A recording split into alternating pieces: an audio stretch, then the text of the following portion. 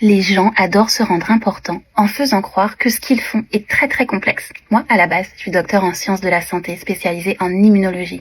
Et ce que j'ai observé dans le milieu, c'est fascinant.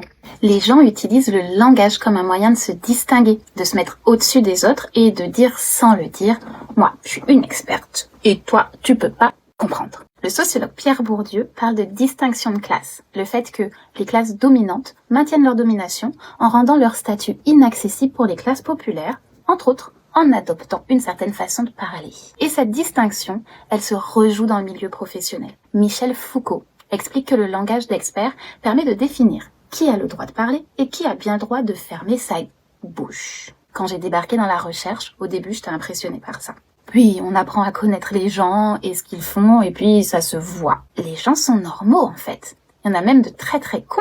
Mais ils bluffent beaucoup pour se faire mousser. Parce que si tout le monde comprend ce qu'ils disent, on comprend que leur expertise ne repose pas sur des aptitudes exceptionnelles, mais juste sur le temps qu'ils ont consacré à s'intéresser à un sujet en particulier. Et que ça, tout le monde peut le faire.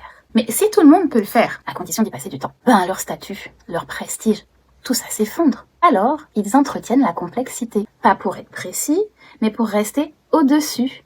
Écraser les autres avec un langage ésotérique, c'est-à-dire qui apparaît obscur à celles et ceux qui sont pas initiés au code de leur milieu. C'est l'effet boîte noire que beaucoup de professions ont à cœur de conserver. Et moi, ça me gonfle.